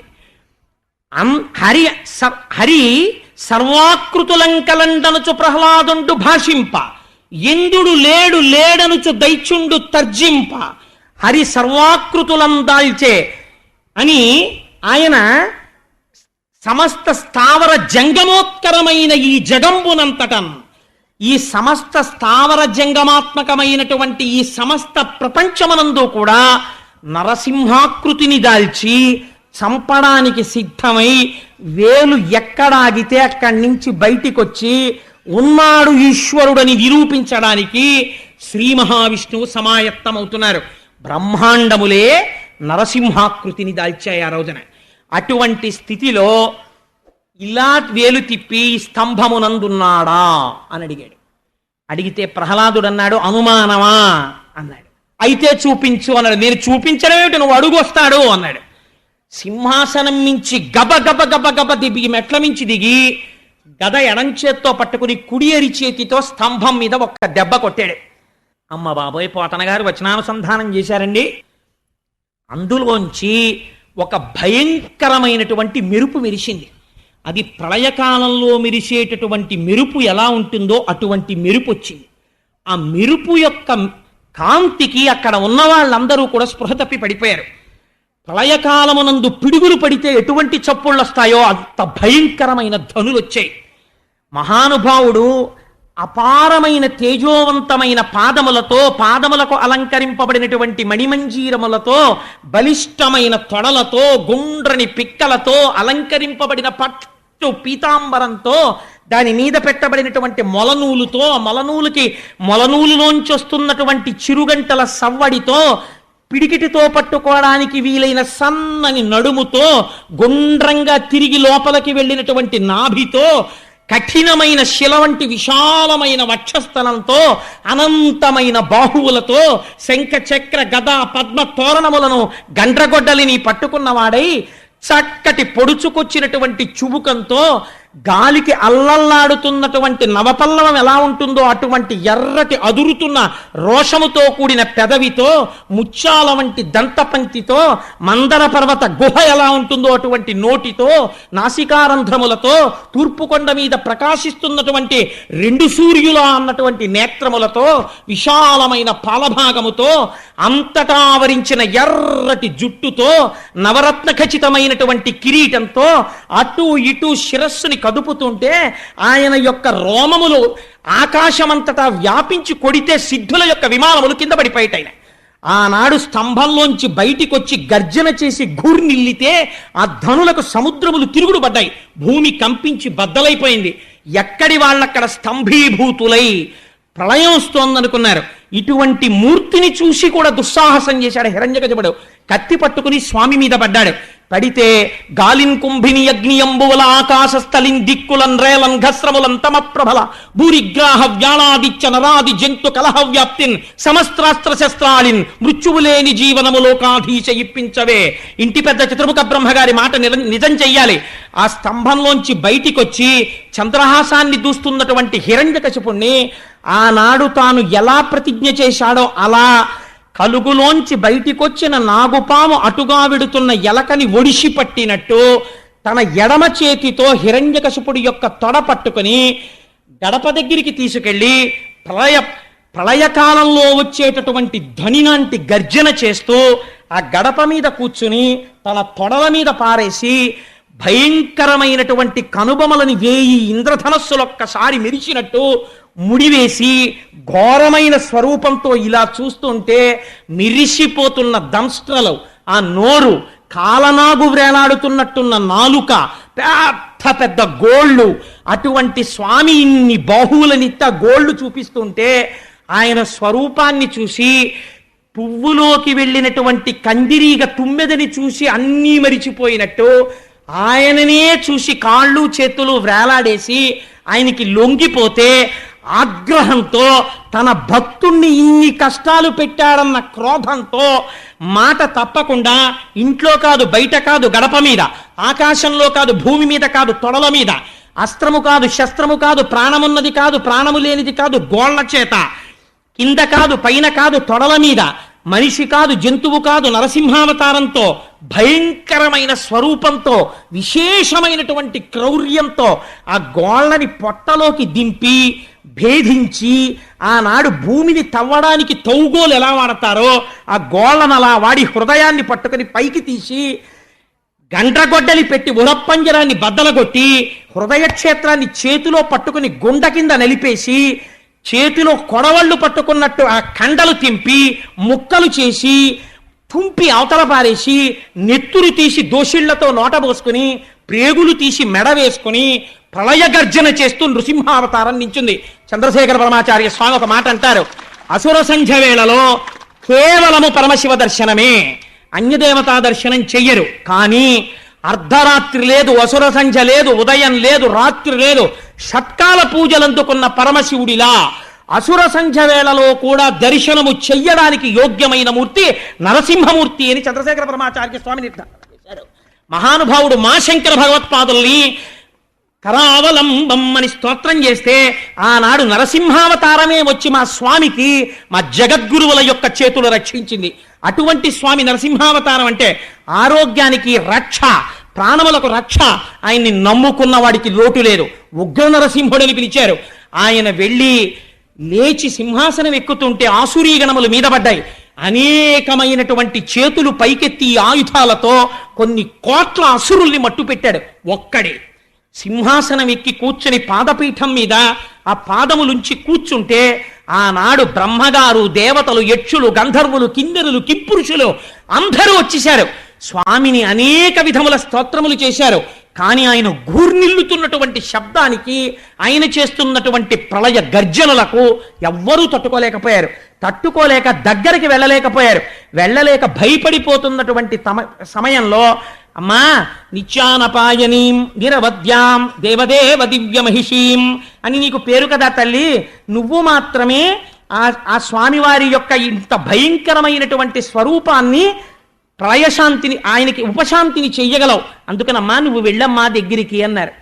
సృష్టిలో ఎన్నడూ లేని విచిత్రం జరిగిందండి. ఆవిడంది, ప్రళయార్క బింబంబు పగిదినున్నదిగా నిన్నెమ్మోము పూర్ణేందు నిభము కాదు, శిఖి శిఖా సంఘంపు చెలువు సూపెడుకా నిచుట్కి ప్రసాద భాసురము కాదు, వీర రౌద్రాద్భూతావేశమొప్పెడు కాని భూరి కృపారస స్ఫుర్తి కాదు, భయత దంస్ట్రాకుర ప్రభలు గప్పెడు కాని దరహాసితాంబుజాతంబు కాదు, కఠిన కర నారసింహ విగ్రహము కాని కామినీజన సులభ విగ్రహము కాదు, విన్నదియు కాదు తొల్లినే విష్ణువలన కన్నదియు కాదు భీషణాకారమగుచు.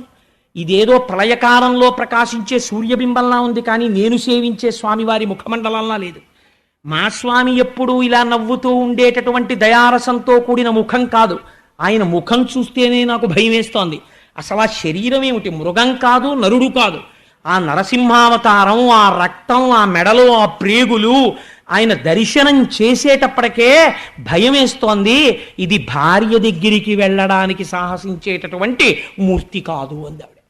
అంటే బ్రహ్మాదులందరూ స్తోత్రం చేశారు. ఆయన చేసేటటువంటి గర్జన లాగలేదు ఆ రోజు. ఎవరు వెళ్ళి స్తోత్రం చెయ్యాలన్నారు? అప్పుడు చతుర్ముఖ బ్రహ్మగారు ప్రహ్లాదుణ్ణి పిలిచి, ఆయన భక్తపరాధీనుడయా నరసింహుడు, నువ్వు వెళ్ళు అన్నారు. అంటే మహానుభావుడు ప్రహ్లాదుడు వెళ్ళి స్వామి పాదాల దగ్గర చాలా తేలికగా సాష్టాంగం పడిపోయాడు. ఇంత ధ్వని చేస్తున్నవాడు, పిడుగులు కురిసేటట్టుగా పలుకుతున్నవాడు ప్రశాంత పడిపోయి పెద్ద చిరునవ్వు నవ్వి ఆయుష్మాన్ భవ అని ఆశీర్వదించి తల మీద చెయ్యేసి 2 చేతులతో పట్టుకుని తీసుకొచ్చి తన తొడ మీద కూర్చోపెట్టుకున్నాడు. ఏమి అదృష్టం పొందాడండి ప్రహ్లాదుడు నిజంగా. ఆనాడు ప్రహ్లాదుడు అన్నాడు, అమరుల్ సిద్ధులు సంయమీశ్వరులు బ్రహ్మాదుల్ సదా పర్యచిత్తములన్ నిన్ను బహుప్రకారముల నిత్యంబున్ విచారించి పారము ముట్టన్ నుతిసేయనోపరటనే రక్షస్తనూజుండ గర్వమదోద్రిక్తుడ బాలుడన్ జడమతిన్ వర్ణింప శక్తుండనే.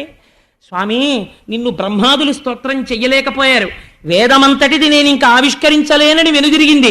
అటువంటి నిన్ను రాక్షస వంశంలో పుట్టిన బాలుండి నేను ఏమి స్తోత్రం చేస్తాను?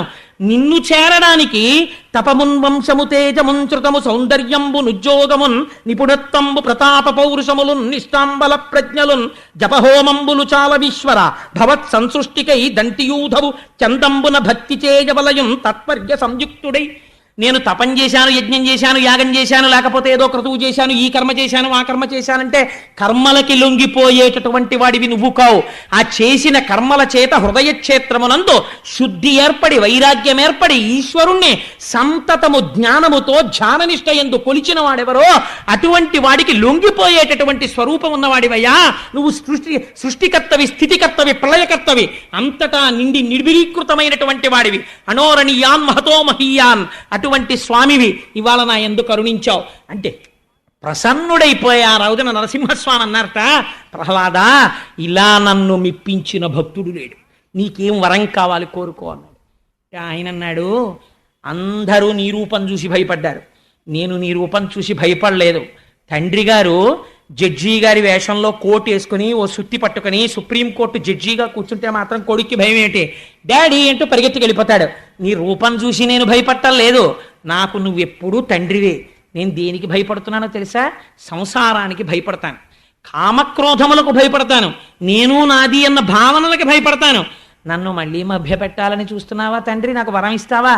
నాకేమీ వద్దు, సంతతము నీ పాదాంబుజ సేవ కటాక్షించు, నీ నామము చెప్పుకునే అదృష్టాన్ని కటాక్షించు, నీ కథలు వినే అదృష్టాన్ని కటాక్షించు, నాకు ఇంకేం వద్దన్నాడు. అసలు నీలాంటి భక్తుడు ఎక్కడున్నాడు రా ప్రహ్లాద? పొంగిపోతున్నాను నిన్ను చూసి.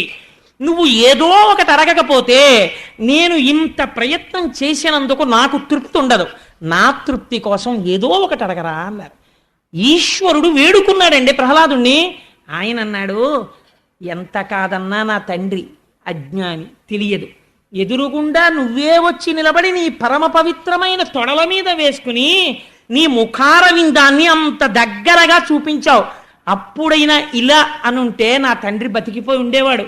ఎంత అమాయకుడో, ఇలా అనలేకపోయాడు, రెండు చేతులు కలపలేకపోయాడు, దారుణంగా చచ్చిపోయాడు. తండ్రి ఎన్ని నీచయోనుల్లోకి వెడతాడో అలా వెళ్లకుండా నా తండ్రిని నీ దగ్గరికి చేర్చుకుంటే, నా తండ్రి కాబట్టి, నాకు జన్మనిచ్చినవాడు కాబట్టి నేను సంతోషిస్తానన్నాడు. లలిత మర్యాదుడైన ప్రహ్లాదుడధిప అంటే స్వామి నరసింహస్వామి పెద్ద నవ్వు నవ్వి అన్నారు, ప్రహ్లాద నీ చారిత్రము ధన్యము, ఎంత గొప్ప వరం అడిగావురా. ఏనాడు నీ తండ్రి నేను కోరలు విప్పి పళ్ళు చూపిస్తూ గోళ్ళిలా పెట్టి నా నేత్రములతో చూస్తుంటే అతి దగ్గరగా మహర్షులు మునీంద్రుడు కూడా చూడని నా రూపమును తేజోహీనుడై అలా చూస్తూ ప్రాణములను వదిలాడో ఆనాడే నాకు దగ్గరైపోయాడు. అందుకని నువ్వు నీ తండ్రి గురించి బెంగపెట్టుకోకు, రాజ్యపాలన చేసి వంశాన్ని వృద్ధిలోకి తెచ్చుకో అని ఆనాడు స్వామివారు ఒక గొప్ప వరాన్ని మనకందరికీ కూడా కటాక్షించారు. అదే మనందరం తప్పకుండా స్మరించవలసినటువంటి పద్యం.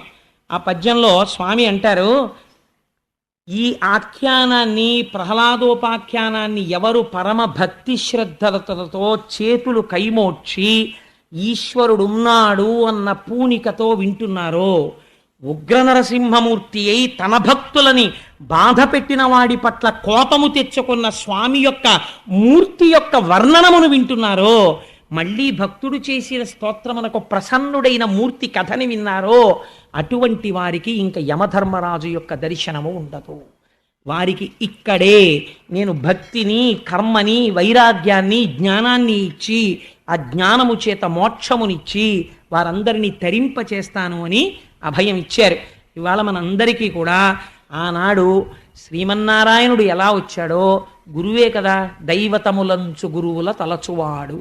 మనందరినీ ఉద్ధరించేటటువంటి పరివ్రాజక వేషంలో ఉండి సన్యసించి ఎంతోమందిని ఉద్ధరిస్తున్నటువంటి శ్రీ శ్రీ శ్రీ పరిపూర్ణానంద సరస్వతి స్వామి వారు వీడు చెప్పడం ఏమిటి, నేను కూర్చోవడం ఏమిటి, ఇంతసేపు నేను కూర్చోవడమా అని అనుకోకుండా నా యందు ఇంత వాత్సల్య బుద్ధితో వారు అంతసేపు కూర్చుని వినడమే నాకు చేసినటువంటి గొప్ప సమ్మానము, నాకు చేసిన గొప్ప ఆశీర్వచనం. దానికి ఒక గృహస్థుగా నేను వారి పాదములకు సాంజలి బంధకముగా శిరస్సు తాటించి నమస్కరిస్తూ మనం పెట్టుకున్నటువంటి ఆచారాన్ని అనుసరించి ఇంత గొప్ప కథ ఇవాళ చెప్పుకున్నాం కాబట్టి ఒక్క 11 మాటలు స్వామి నామం చెప్పి మంగళం చెప్పుకుని ప్రార్థన చేసి ప్రసాదం తీసుకుని బయలుదేరదాం. మీరందరూ కూడా గోవిందా హరి గోవిందా, గోకులనందన గోవిందా అందరూ కానీ గోకులనందన గోవిందా. స్వామి పొంగిపోవాలమ్మా మన ఆర్తి విని. అంతటి స్వరూపంతో వచ్చాడు, ఇంత మెల్లటి కంఠాలతోట అనడం ఎంత ఉత్తేజంతో అనాలి. శేషసాయివి గోవింద, అది అనవలసిన తీరు. ఆనందరూప గోవింద, సాలగ్రామధర గోవింద, గజరాజ రక్షక గోవింద, కరుణాసాగర గోవింద, పాప వినాశక గోవింద, పాహి మురారే గోవింద, వరాహ నరసింహ గోవింద, వేణుగాన ప్రియ గోవింద, సీతానాయక గోవింద,